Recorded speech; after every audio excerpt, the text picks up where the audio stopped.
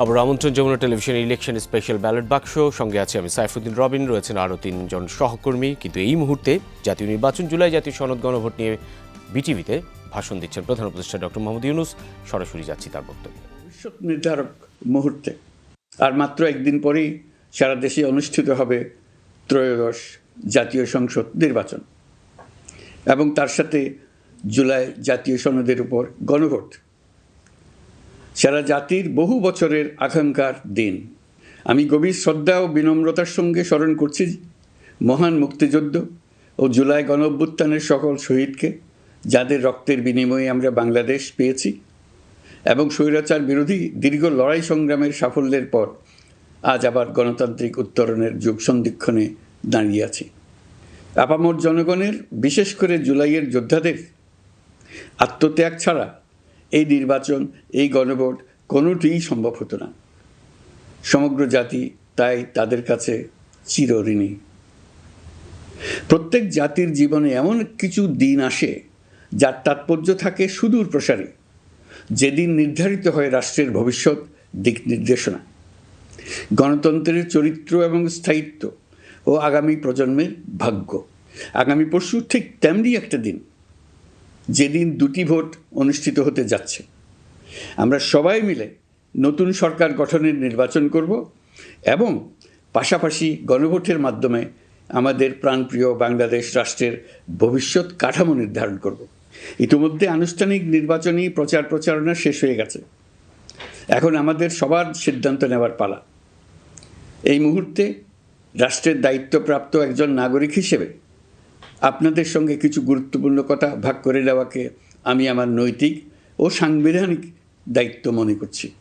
প্রথমেই গভীর সন্তোষ ও কৃতজ্ঞতার সঙ্গে উল্লেখ করতে চাই, এবারের নির্বাচনকে ঘিরে সার্বিক প্রচারণা পূর্ববর্তী যে কোনো নির্বাচনের তুলনায় উল্লেখযোগ্যভাবে শান্তিপূর্ণ হয়েছে। মত আদর্শের পার্থক্য থাকা সত্ত্বেও রাজনৈতিক দলগুলো সংযম দেখিয়েছে। প্রার্থীরা দায়িত্বশীল আচরণ করেছেন এবং সাধারণ মানুষ সচেতন থেকেছেন। এই পরিবেশ হঠাৎ করে তৈরি হয়নি, এটি সম্মিলিত দায়িত্ববোধের ফল। এজন্য আমি আন্তরিক ধন্যবাদ জানাই দেশের সকল রাজনৈতিক দল, প্রতিদ্বন্দ্বী প্রার্থী, ভোটার, নির্বাচন কমিশন, নাগরিক সমাজের প্রতিনিধিবৃন্দ, গণমাধ্যম কর্মী এবং নির্বাচনের সাথে সংশ্লিষ্ট সকল আইনশৃঙ্খলা বাহিনী ও প্রশাসনের প্রতিটি সদস্যকে। আপনাদের সম্মিলিত প্রচেষ্টায় আমরা একটি আশাব্যঞ্জক পরিবেশে নির্বাচন অনুষ্ঠানের দ্বার প্রান্তে পৌঁছতে পেরেছি। তবে এই শান্তিপূর্ণ পরিবেশের মাঝেও আমাদের হৃদয়ে গভীর বেদনার ছায়া রয়েছে। নির্বাচনের তফসিল ঘোষণার পর এবং প্রচারণাকালে সংঘটিত কয়েকটি সহিংস ঘটনায় আমরা কিছু মূল্যবান প্রাণ হারিয়েছি। এই সহিংসতা আমাদের জাতীয় বিবেককে নাড়িয়ে দিয়েছে। গণতন্ত্রের চর্চায় কোনো প্রাণ ঝরে যাওয়া কোনো সভ্য রাষ্ট্রের জন্যই গ্রহণযোগ্য নয়। প্রিয় দেশবাসী, এবারের নির্বাচনে 51টি দল প্রতিদ্বন্দ্বিতা করছে, যা এ যাবৎকালের যে কোনো নির্বাচনের মধ্যে সর্বাধিক সংখ্যক রাজনৈতিক দলের অংশগ্রহণ। স্বতন্ত্র সহ মোট প্রার্থীর সংখ্যা 2000-এরও বেশি।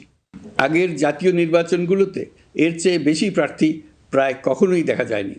প্রিয় দেশবাসী, এবারের নির্বাচন শুধু আরেকটি নিয়মিত নির্বাচন নয়, এটি একটি গণ অভ্যুত্থানের পর দেশের প্রথম জাতীয় নির্বাচন। দীর্ঘ সময় ধরে জমে থাকা ক্ষোভ, বৈষম্য, বঞ্চনা ও অবিচারের বিরুদ্ধে জনগণের যে জাগরণ আমরা দেখেছি, এই নির্বাচন তার সাংবিধানিক প্রকাশ। রাজপথের সেই দাবি আজ আপনাদের ব্যালটের মাধ্যমে উচ্চারিত হতে যাচ্ছে। তাই এই নির্বাচন বাংলাদেশের গণতান্ত্রিক যাত্রায় একটি ঐতিহাসিক মাইলফলক। এই নির্বাচনের মাধ্যমেই আমরা শুধু জনপ্রতিনিধি নির্বাচন করছি না, একই সাথে আমরা সিদ্ধান্ত নিচ্ছি বাংলাদেশ কোন পথে এগোবে। আমরা কি একটা বৈষম্যহীন, ন্যায়ভিত্তিক ও জবাবদিহিমূলক রাষ্ট্র গড়তে পারবো, নাকি আবারও পুরনো ক্ষমতাকেন্দ্রিক ও অনিয়ন্ত্রিত বৃত্তে ফিরে যাব? এই প্রশ্নের উত্তর দেবে গণভোট। আমি সকল প্রতিদ্বন্দ্বী প্রার্থীর প্রতি আন্তরিক আহ্বান জানাই, নির্বাচনের ফলাফল যাই হোক না কেন, ব্যক্তিগত বা দলীয় স্বার্থের ঊর্ধ্বে উঠে জাতির বৃহত্তর স্বার্থকে প্রাধান্য দিন। বিজয় যেমন গণতন্ত্রের অংশ, তেমনি পরাজয়ও গণতন্ত্রের অবিচ্ছেদ্য সত্য। নির্বাচনের পর সবাই মিলে একটি নতুন ন্যায়ভিত্তিক গণতান্ত্রিক ও অন্তর্ভুক্তিমূলক বাংলাদেশ গড়ার কাজে আত্মনিয়োগ করুন। প্রিয় দেশবাসী, আজ আমি বিশেষভাবে কথা বলতে চাই আমাদের তরুণ ভোটার ও নারী ভোটারদের সঙ্গে। আপনারাই সেই প্রজন্ম যারা গত 17 বছর ধরে ভোটাধিকার থাকা সত্ত্বেও ভোট দিতে পারেননি। আপনারা বড় হয়েছেন এমন এক বাস্তবতায় যেখানে ভোটের মুখোশ ছিল কিন্তু ভোট ছিল না, ব্যালট ছিল কিন্তু ভোটার ছিল না। এই দীর্ঘ সময়ের বঞ্চনা ও অবদমনের সবচেয়ে বড় মূল্য জাতিকে প্রতিদিন দিতে হয়েছে। তবু আপনারা আশা ছাড়েননি, অন্যায়ের সামনে মাথা নত করেননি। আন্দোলনে, প্রতিবাদে, চিন্তায় ও স্বপ্নে আপনারা একটি নতুন বাংলাদেশের আকাঙ্ক্ষা লালন করেছেন। আজ জুলাই গণঅভ্যুত্থানের মাধ্যমে ইতিহাসের গতিপথ বদলানোর সেই দিনটি এসেছে। বিশেষ করে আমাদের নারীরা মুক্তিযুদ্ধ থেকে শুরু করে বাংলাদেশের সবকটি গণ আন্দোলন, পরিবার থেকে রাষ্ট্র, সবখানেই শক্তি হয়ে দাঁড়িয়েছেন। নারীরাই ছিল জুলাই গণ অভ্যুত্থানের সম্মুখ সারির যোদ্ধা। নারীরাই এই দেশের অর্থনীতির অন্যতম চালিকা শক্তি। বৈদেশিক মুদ্রা আয়ের শক্ত ভিত, ক্ষুদ্র ঋণ, কুটির শিল্প, নারী উদ্যোক্তা, এই শব্দগুলোর পেছনে আছে পরিবর্তনের গল্প, পরিবার ও সমাজে স্বাবলম্বী হবার গল্প। আপনারা ঘরে, রাজপথে সমানভাবে সংগ্রাম করেছেন, সন্তানদের ভবিষ্যৎ আগলে রেখেছেন, সমাজকে টিকিয়ে রেখেছেন, অথচ রাষ্ট্রীয় সিদ্ধান্তে নিজেদের মত প্রকাশের সুযোগ থেকে দীর্ঘদিন বঞ্চিত হয়েছেন। এই নির্বাচন আপনাদের জন্য এক নতুন সূচনা। আর আমাদের তরুণরা, যাদের স্বপ্ন, মেধা ও শক্তি আগামী বাংলাদেশের ভিত্তি, এই ভোট আপনাদের প্রথম সত্যিকারের রাজনৈতিক উচ্চারণ। তাই আমি আপনাদের কাছে অনুরোধ নয়, দাবি জানাচ্ছি, ভয়কে পেছনে রেখে সাহসকে সামনে এনে ভোট কেন্দ্রে যান। আপনার একটি ভোট শুধু একটি সরকার নির্বাচন করবে না, এটি 17 বছরের নীরবতার জবাব দেবে, বাধাহীন ফেসিবাদের জবাব দেবে, জাতিকে নতুনভাবে গঠিত করবে এবং প্রমাণ করবে এই দেশ তার তরুণ ও নারী এবং সংগ্রামী জনতার কণ্ঠ আর কোনো দিন হারাতে দেবে না। প্রিয় নাগরিকবৃন্দ, নির্বাচন অবাধ, সুষ্ঠু, নিরপেক্ষ ও শান্তিপূর্ণ করতে সরকার সর্বোচ্চ প্রস্তুতি গ্রহণ করেছে। এবার রেকর্ড সংখ্যক আইনশৃঙ্খলা বাহিনীর সদস্য মোতায়েন করা হয়েছে। পাশাপাশি ম্যাজিস্ট্রেসি ক্ষমতাসম্পন্ন সশস্ত্র বাহিনীর সদস্যদেরও ব্যাপকভাবে দায়িত্বে রাখা হয়েছে, যাতে যে কোনো ধরনের বিশৃঙ্খলা বা সহিংসতা দ্রুত ও কঠোরভাবে প্রতিহত করা যায়। আমি গভীরভাবে বিশ্বাস করি তারা সকলেই ঈমান, দেশপ্রেম ও কর্তব্যনিষ্ঠায় উজ্জীবিত হয়ে তাদের উপর অর্পিত মহান দায়িত্ব সুষ্ঠু ও সুচারুরূপে পালন করবেন। প্রযুক্তির সর্বোচ্চ ব্যবহার নিশ্চিত করতে প্রথমবারের মতো সারা দেশে ব্যাপক পরিসরে সিসি ক্যামেরা স্থাপন করা হয়েছে। ভোট কেন্দ্রে দায়িত্বরত কর্মকর্তারা শরীরের সাথে সেটে রাখা ক্যামেরা ব্যবহার করছেন। নিরাপত্তা ও নজরদারিতে ড্রোন ও ডগ স্কোয়াড ব্যবহারের ব্যবস্থাও রাখা হয়েছে। এসব ব্যবস্থার একমাত্র লক্ষ্য ভোটাররা যেন নির্ভয়ে, নিশ্চিন্তে ও সম্মানের সঙ্গে তাদের ভোটাধিকার প্রয়োগ করতে পারেন। এই নির্বাচনকে আরও অন্তর্ভুক্তিমূলক করার জন্য আমরা কিছু ঐতিহাসিক পদক্ষেপ গ্রহণ করেছি। প্রথমবারের মতো প্রবাসী বাংলাদেশিদের ভোটাধিকার প্রয়োগের সুযোগ সৃষ্টি করা হয়েছে। বিশ্বের বিভিন্ন প্রান্তে বসবাসকারী আমাদের ভাই বোনেরা দেশের ভবিষ্যৎ নির্ধারণে অংশগ্রহণ করতে পারছেন। এটি আমাদের গণতন্ত্রের পরিসরকে আরও বিস্তৃত করেছে। আমাদের এই নতুন অভিজ্ঞতা অন্যান্য দেশে প্রচলনের জন্য ইতিমধ্যে কয়েকটি দেশ আগ্রহ প্রকাশ করেছে এবং আমাদের অভিজ্ঞতার প্রতিটি ধাপ তারা পর্যবেক্ষণ করছে। একই সঙ্গে দেশে অবস্থানরত সরকারি কাজে নিয়োজিত ব্যক্তি, আইনশৃঙ্খলা বাহিনীর সদস্য এবং আইনি হেফাজতে বা কারাগারে থাকা যোগ্য নাগরিকদের জন্য পোস্টাল ব্যালটের মাধ্যমে ভোট প্রদানের সুযোগ দেওয়া হয়েছে। এটি প্রমাণ করে রাষ্ট্র কাউকে বাদ দিয়ে নয়, সবাইকে সঙ্গে নিয়েই এগোতে চায়। ভোটাধিকার কারো দয়া নয়, এটা আমাদের সংবিধান প্রদত্ত মৌলিক অধিকার। এই অধিকার প্রয়োগের মাধ্যমেই আমরা ঠিক করি আমাদের ভবিষ্যৎ কোন পথে যাবে। একটি অবাধ ও সুষ্ঠু অংশগ্রহণমূলক নির্বাচন নিশ্চিত করা শুধু সরকারের দায়িত্ব নয়, এটি রাষ্ট্রের প্রতিটি নাগরিকের দায়িত্ব।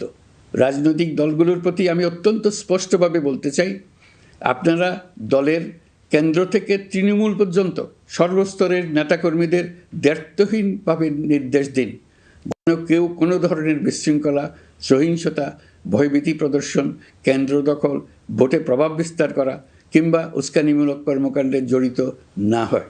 কেউ যেন সোশ্যাল মিডিয়াতে বা অন্য কোনোভাবে গুজব না ছড়ায়। রাষ্ট্র কোনোভাবেই এই ধরনের আচরণ সহ্য করবে না। ইতিহাস আমাদের শিক্ষা দেয়, একটি ত্রুটিপূর্ণ, প্রশ্নবিদ্ধ বা সহিংসতাপূর্ণ নির্বাচন শেষ পর্যন্ত কারো জন্যই মঙ্গল বয়ে আনে না, বরং দেশের সর্বনাশ ডেকে আনে। যারা জনগণের মতামত উপেক্ষা করে শক্তি ও অনিয়মের মাধ্যমে ক্ষমতায় থাকতে চেয়েছে, তারা সবাই শেষ পর্যন্ত জনগণের আদালতে কঠিন জবাবদিহিতার মুখোমুখি হয়েছে।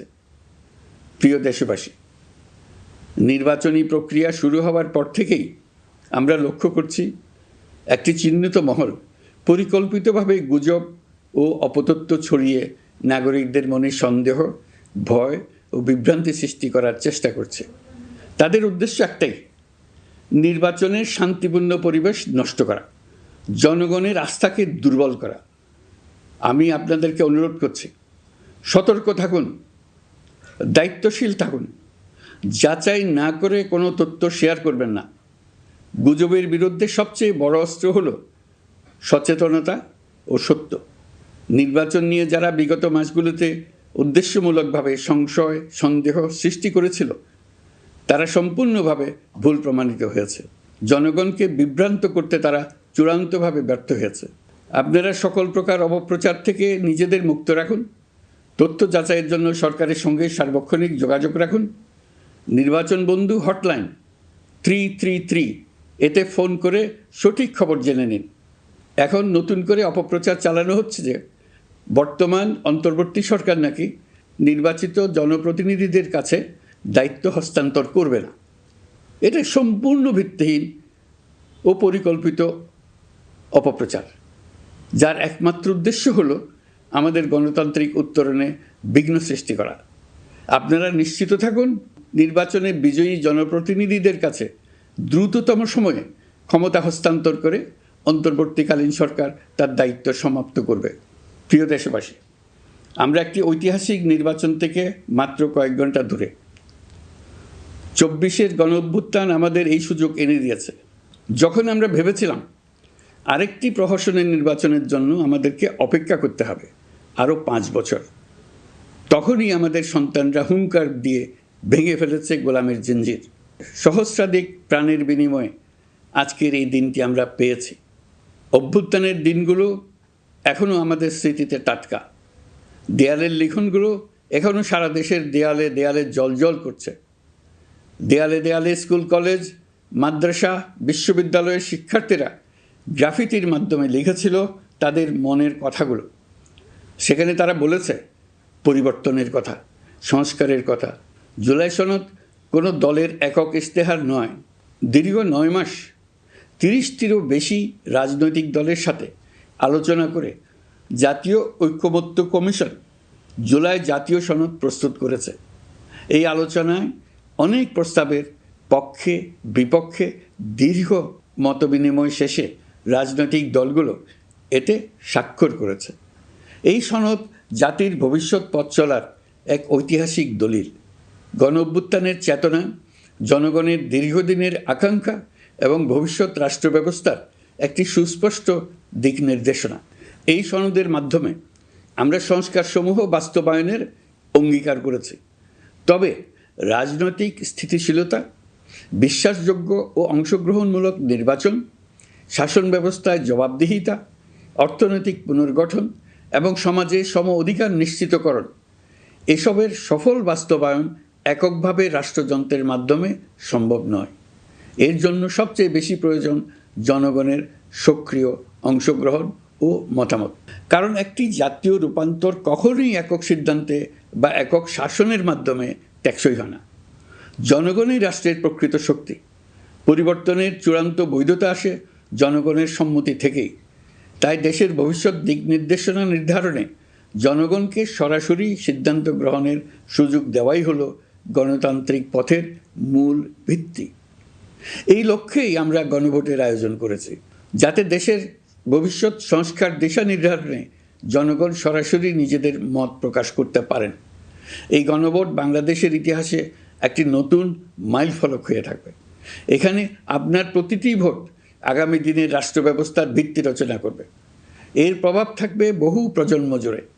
এই ভোটের মাধ্যমেই আপনারা জানিয়ে দেবেন আপনারা জুলাই সনদের প্রস্তাবিত সংস্কার কাঠামোকে এগিয়ে নিতে চান কিনা। আপনাদের সিদ্ধান্তে নির্ধারণ করবে রাষ্ট্র কোন পথে অগ্রসর হবে, শাসন ব্যবস্থা কোন কাঠামোয় গড়ে উঠবে এবং একটি নতুন বাংলাদেশ কিভাবে তার গণতান্ত্রিক ও মানবিক রূপ লাভ করবে। এই গণভোটে আপনার একটি ভোট শুধু একটি কাগজে দেওয়া সিল নয়, এটি আপনার সন্তানের ভবিষ্যৎ, আপনার পরিবারের নিরাপত্তা এবং দেশের আগামী দিনের দিক নির্দেশনা নির্ধারণ করবে। আজ আপনি যে সিদ্ধান্ত নেবেন তার প্রভাব পড়বে শিক্ষা, কর্মসংস্থান, ন্যায় বিচার, গণতন্ত্র এবং রাষ্ট্র পরিচালনার প্রতিটি স্তরে।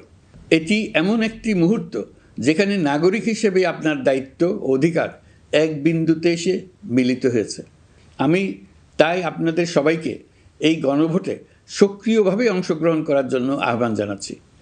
অবশ্যই ভোট দেন, নিজের ভবিষ্যৎ নিজে নিশ্চিত করুন।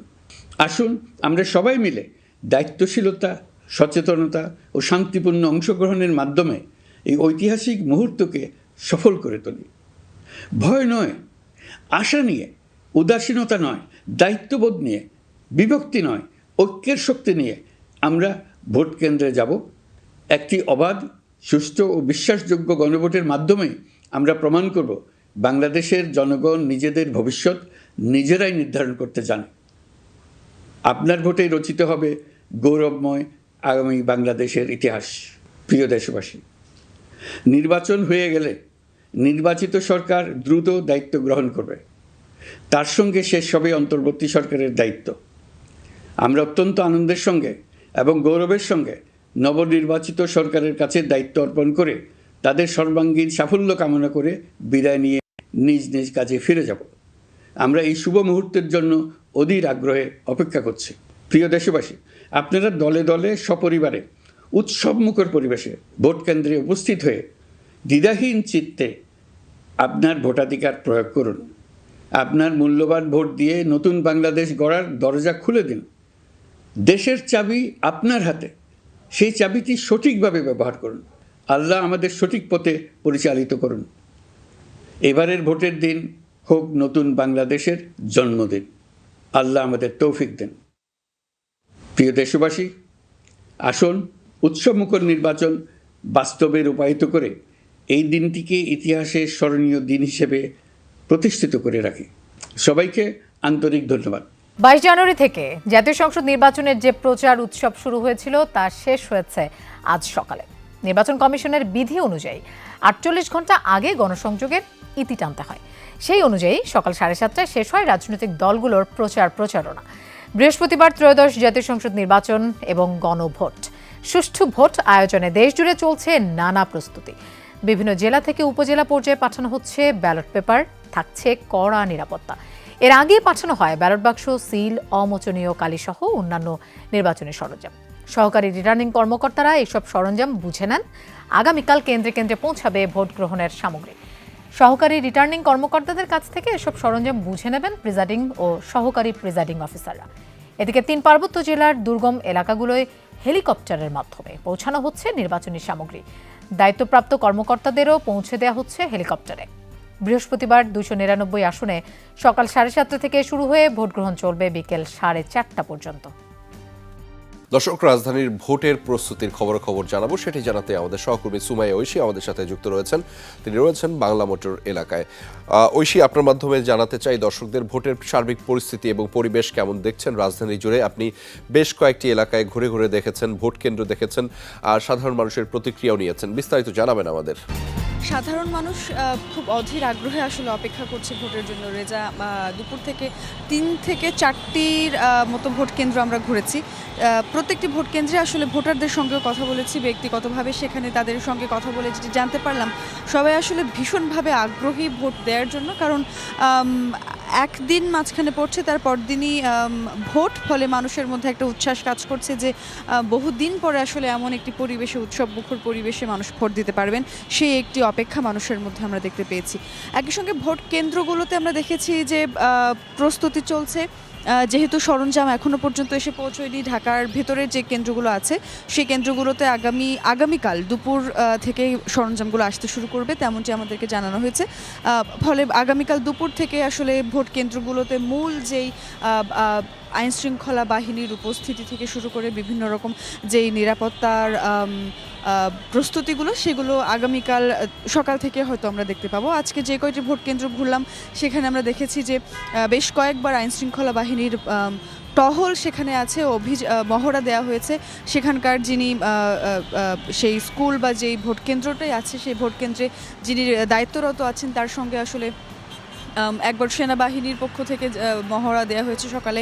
এরপর মোবাইল কোর্ট পরিচালনা করে ম্যাজিস্ট্রেট গিয়েছেন, সেখানে খোঁজখবর নিয়েছেন, পরিস্থিতি কেমন জেনেছেন। একই সঙ্গে আমরা দেখেছি সেখানকার এলাকাবাসীও আসলে ভীষণভাবে তৎপর, তারাও আসলে চান যে কোনোভাবেই যাতে কোনো আইন শৃঙ্খলার ব্যাঘাত না ঘটে, ফলে তারাও ভীষণভাবে তৎপর আমরা দেখেছি।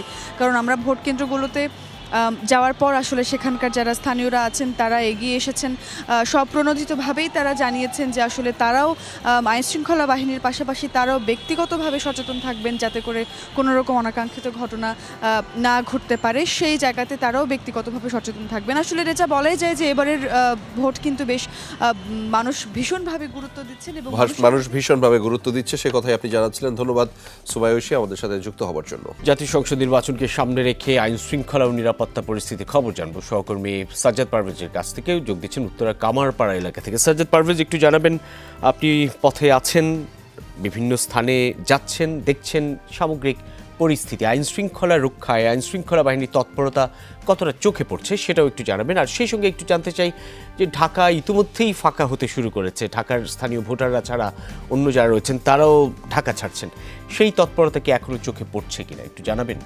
একটি টহল এবং হচ্ছে যে তাদের একটি ব্রিফিং ছিল, এই ব্রিফিং এর মধ্যে আমরা যেটা দেখেছি যে তারা হচ্ছে যে বিভিন্ন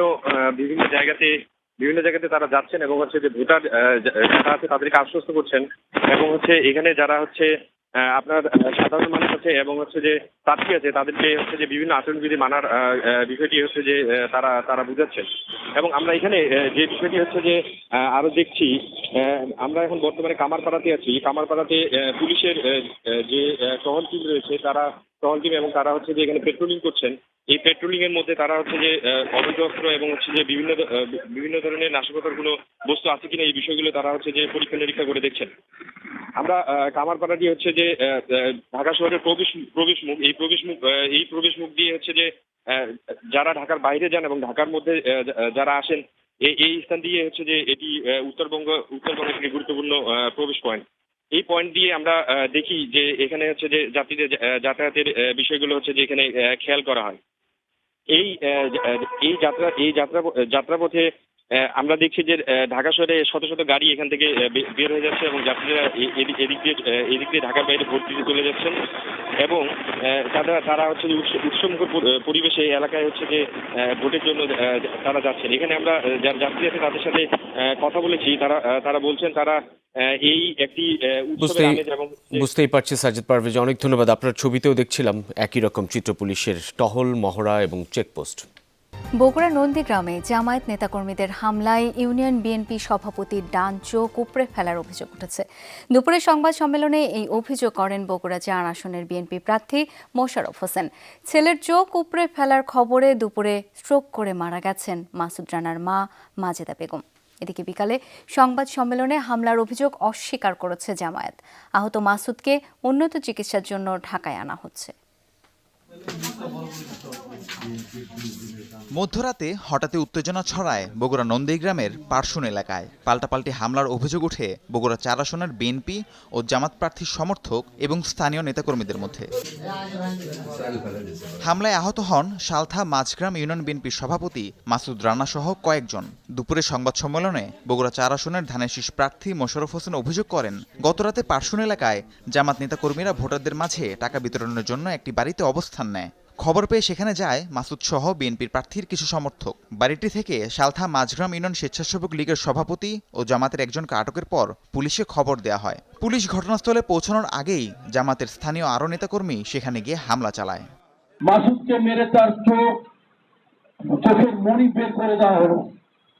পুলিশ সেখানে বলেছে যে আপনারা যা করেন আমরা এগুলো বলতে না, আমরা দূরে আছি। পুলিশ সাইডেই নীরব ভূমিকা পালন করেছে, এটা আমাদের জন্য সহনীয় নয়। বিএনপি প্রার্থী মোশাররফ হোসেন অভিযোগ করেন, হামলায় মাসুদের ডান চোখ উপড়ে ফেলা হয়েছে। এ সময় বেশ কিছু বাড়িঘর ভাঙচুর করে জামাতের লোকজন। ছিনিয়ে নেওয়া হয় আটককৃত দুজনকে। এদিকে ছেলের উপর নৃশংস হামলার খবরে স্ট্রোক করে মারা গেছেন মাসুদ রানার মা মাজেদা বেগম। যার সন্তান হারায় সেই বলছে ইতিমধ্যে আমার ইউনিয়ন বিএনপি সভাপতি মাসুদ রানার চোখ হারানোর সংবাদ পেয়ে তার মা কিছুক্ষণ আগে স্ট্রোক করে মারা গেছে। ওই চোখে অন্ধত্ব ঘোষানোর মতো কোনো জায়গা থাকবে না, অন্ধ হয়ে যাবে। এই ঘটনায় সংবাদ সম্মেলন করেন বগুড়া ৪ আসনের জামাত প্রার্থী ডক্টর মুস্তাফা ফয়সাল পারভেজ। বিএনপির অভিযোগ অস্বীকার করে তিনি বলেন, হামলার সাথে জামাতের কেউ জড়িত নয়। উল্টো বিএনপি নেতাকর্মীদের বিরুদ্ধেই হামলার অভিযোগ করেন তিনি। বিএনপি সভাপতি মাসুদ এবং তার ভাই রবিউল বাহিনীর প্রধান রবিউল, তাদের নেতৃত্বেই জনগণের সামনে আক্রমণ করা হয়। সেখানে তাদের মাথা ফেটে যায়, আমাদের কাছে ছবিগুলো আছে। তো এরপরে তাদেরকে সেখানকে মারতে মারতে তাদের বাড়িতে নিয়ে যাওয়া হয়। বাড়িতে নিয়ে সেখানে দড়ি দিয়ে বেঁধে রাখা হয়। তারা যখন যায় সেখানে আক্রমণ করা হয়, তাদের উপর আক্রমণ করে, তারাও প্রতিহত করার চেষ্টা করে। অবশেষে তাদের দরজা ভেঙে তাদের উদ্ধার করে নিয়ে আসে। হামলার ঘটনায় এখনো কোনো মামলা হয়নি। বিষয়টি খতিয়ে দেখে ব্যবস্থা নেওয়ার আশ্বাস দিলেন পুলিশ সুপার। এখন পর্যন্ত তারা কোনো মামলা করেনি, অভিযোগ দিবে এতটুকুই আমরা শুনতেছি। যারা আঘাতপ্রাপ্ত তারা মেডিকেল ট্রিটমেন্ট নিচ্ছেন, আশা করা যাচ্ছে যে আজকের মধ্যে মামলা তারা অভিযোগ দিবেন এবং মামলা হবে। হামলার পর থেকেই পারশুন এলাকায় থমথমে পরিস্থিতি বিরাজ করছে। রাহিম সারোয়ার, যমুনা নিউজ। নেত্রকোনা সদরের একটি ভোট কেন্দ্রে আগুন দিয়েছে দুর্বৃত্তরা। আগুন দেওয়ার চেষ্টা করা হয় আরও 3টি কেন্দ্রে। সোমবার রাত 1:30 নাগাদ কয়েকজন দুর্বৃত্ত পৌর শহরের পারলা সরকারি প্রাথমিক বিদ্যালয়ের একটি কক্ষে পেট্রোল ঢেলে আগুন ধরিয়ে দেয়। স্থানীয়রা টের পেয়ে আগুন নিয়ন্ত্রণে আনে, তবে পুড়ে যায় কেন্দ্রের কয়েকটি বেঞ্চ। পরে লাইট সরকারি প্রাথমিক বিদ্যালয়, বামনমোহা সরকারি প্রাথমিক বিদ্যালয় এবং দড়িজোয়াগি সরকারি প্রাথমিক বিদ্যালয় ভোট কেন্দ্রেও অগ্নিসংযোগের চেষ্টা করা হয়। সকালে কেন্দ্রগুলো পরিদর্শন করে পুলিশ সহ আইনশৃঙ্খলা বাহিনীর সদস্যরা। সিসি ক্যামেরার ফুটেজ বিশ্লেষণ করে জড়িতদের আইনের আওতায় আনার চেষ্টা করছে পুলিশ। দলীয় নির্বাচনী কার্যালয় ও 2 কর্মীর ব্যবসা প্রতিষ্ঠানে আগুন দেওয়ার অভিযোগ করেছেন ঝালকাঠি 1 ও 2 আসনের জামাতের প্রার্থীরা। আলাদা সংবাদ সম্মেলনে তারা অভিযোগ করেছেন, গত মধ্যরাতে 1 নম্বর আসনের সাতুরিয়া এলাকায় একটি নির্বাচনী কার্যালয়ে আগুন দেওয়া হয়। পরে ভোরের দিকে 2 নম্বর আসনের বেসাইন খান এলাকায় জামাতের 2 কর্মীর দোকানে আগুন দেওয়া হয়। এছাড়া নারী ভোটারদের ভোট কেন্দ্রে না যাওয়ার জন্য ভয়ভীতি দেখানো হচ্ছে বলেও অভিযোগ করেছেন তারা। এর জন্য দায়ী করেন বিএনপি নেতাকর্মীদের। তবে এসব অভিযোগ অস্বীকার করেছেন বিএনপি নেতারা। শেরপুরে ধানের শীষের 2টি নির্বাচনী অফিসে আগুন দেওয়ার অভিযোগ করেছে বিএনপি প্রার্থী সানসিলা জেব্রিন। ভোরে সদর উপজেলার পাকুড়িয়া ইউনিয়নের খামারপাড়া ও বলাইচর গ্রামে ধানের শীষের প্রার্থীর 2টি নির্বাচনী ক্যাম্পে আগুন দেওয়ার চেষ্টা করে দুর্বৃত্তরা। আশপাশের লোকজন আগুন দেখে নিভিয়ে ফেলে। এ সময় ব্যানারে ও কিছু পর্দা পুড়ে যায়।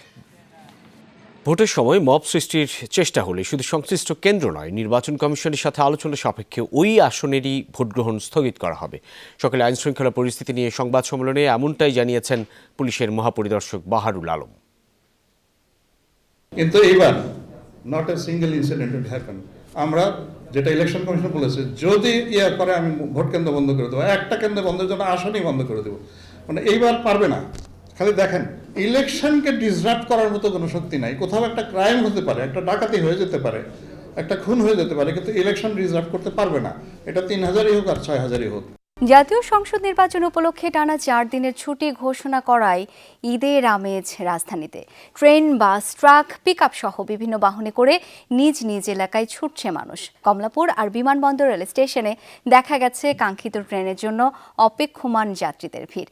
ভেতরে জায়গা না পেয়ে ট্রেনের ছাদে চেপেছে শত শত মানুষ। ভোট দেবেন অনেকদিন পর, সেই আনন্দে যেন উবে গেছে যাত্রাপথের কষ্ট।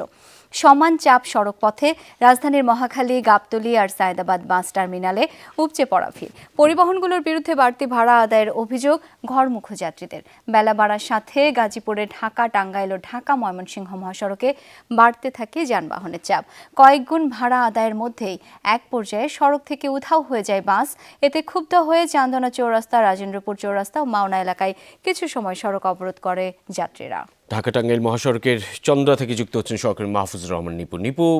আপনার কাছ থেকে জানতে চাই, মহাসড়কে ঘরমুখো মানুষের চাপ কেমন দেখছেন? পর্যাপ্ত যানবাহন আছে কিনা? রবিন, আসলে গত রাত থেকে আজকে সারাদিন যে চিঠিটি ছিল, আজকে এখন যে সংবাদটি জানাবো সেটি কিছুটা স্বস্তির খবর। অর্থাৎ চন্দ্রা ত্রিমোড় ছাড়া, চন্দ্রা যে 3টি মোড় রয়েছে সেই মোড় ছাড়া বাকি যে পথটুকু রয়েছে, অর্থাৎ গাবতলী হয়ে যারা বাইপাইল হয়ে যারা চন্দ্রা হয়ে উত্তরবঙ্গ প্রবেশ করবেন, সেই পথটি কিন্তু এখন অনেকটাই চন্দ্রার আগ পর্যন্ত নির্বিঘ্ন। তবে চন্দ্রাতে কিন্তু কিছুটা জটলা রয়েছে যানবাহনের, যদিও আপনি জানেন যে কারণ ঢাকা টাঙ্গাইল মহাসড়কের যে গাজীপুর হয়ে যে অংশটি ঢুকে, সেই কারণটি কিন্তু এবং এই রবীন্দ্রনগর থেকে যে বাসগুলো উত্তরবঙ্গে যাচ্ছেন, এই দুটি বাসের পাশাপাশি হওয়ার কারণে কিন্তু এই জটলাটি হচ্ছে বলে ট্রাফিক পুলিশ কন্ট্রোল রুম থেকে আমাদেরকে জানিয়েছেন। আরেকটি যেটি জানতে চেয়েছেন যে পর্যাপ্ত পরিমাণ যাত্রীবাহী বাস আছে কি না। না, এক কথা যদি বলি রবিন, এখনো পর্যন্ত কিন্তু পর্যাপ্ত পরিমাণ বাস পাওয়া যায়নি। অনেক অনেক ধন্যবাদ সহকর্মী মাহফুজুর রহমান নিপু। ত্রয়োদশ জাতীয় সংসদ নির্বাচনের বেশিরভাগ ফলাফল 12 ফেব্রুয়ারি রাতেই পাওয়া যাবে। ভোট গ্রহণ বিষয়ে ব্রিফিং হবে দিনে 4 বার। এ তথ্য জানিয়েছেন নির্বাচন কমিশনার আবুল ফাজল মোহাম্মদ সানাউল্লাহ। বিকেলে নির্বাচন কমিশনে তিনি জানিয়েছেন, এবার সংসদ ও গণভোটের ব্যালট একসাথে গণনা হবে। ভোট গণনা শেষ হওয়ার সাথে সাথেই প্রিজাইডিং অফিসার গণনা কার্যক্রম হাতে নেবেন।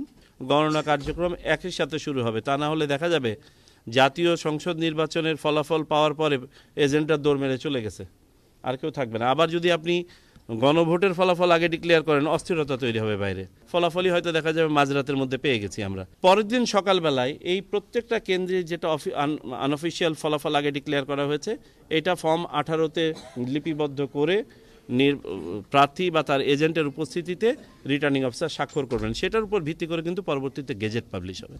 কোনো কোনো দলের পক্ষে ভোটারদের নগদ টাকা দেওয়ার অভিযোগ তুলেছে বিএনপি। বিষয়টি ইসিতে জানিয়ে নির্বাচনী আইনবিধি কঠোরভাবে মনিটরের সাথে তাৎক্ষণিক ব্যবস্থা নেওয়ার দাবি জানানো হয়েছে। বিকেলে নির্বাচন কমিশনের সিএসি এম নাসির উদ্দিনের সঙ্গে সাক্ষাৎ করে এই দাবি জানায় বিএনপির একটি প্রতিনিধি দল। ব্যালট পেপার নাকি ছাপানো হবে, আবার এটাও দেখি আমরা যে ব্যালটে সিল মারার যে সিল আর কি, এসব কাজ নির্বাচনের আগে হয়। অতএব এখন আইন শৃঙ্খলা রক্ষাকারী বাহিনী, ইন্টেলিজেন্স এজেন্সিগুলি সবই নির্বাচন কমিশনের নিয়ন্ত্রণে। অতএব তারা এগুলি তাদের নজরে আসছে না কেন। এর মধ্য দিয়ে শেষ করছি আজকের মতো ইলেকশন স্পেশাল ব্যালট বাক্স। সঙ্গে ছিলাম আমি সাইফুদ্দিন রবিন এবং আমার সঙ্গে ছিলেন মৌসুমী আহমেদ লোপা এবং ছিলেন শাওন দত্ত, আহমেদ রেজা। আগামীকাল সকাল 10টায় আবারও ব্যালট বাক্স ফিরবে যমুনার পর্দায়, চলবে রাত 8টা পর্যন্ত। ততক্ষণ ভালো থাকুন, সুস্থ থাকুন, বিদায় নিচ্ছি।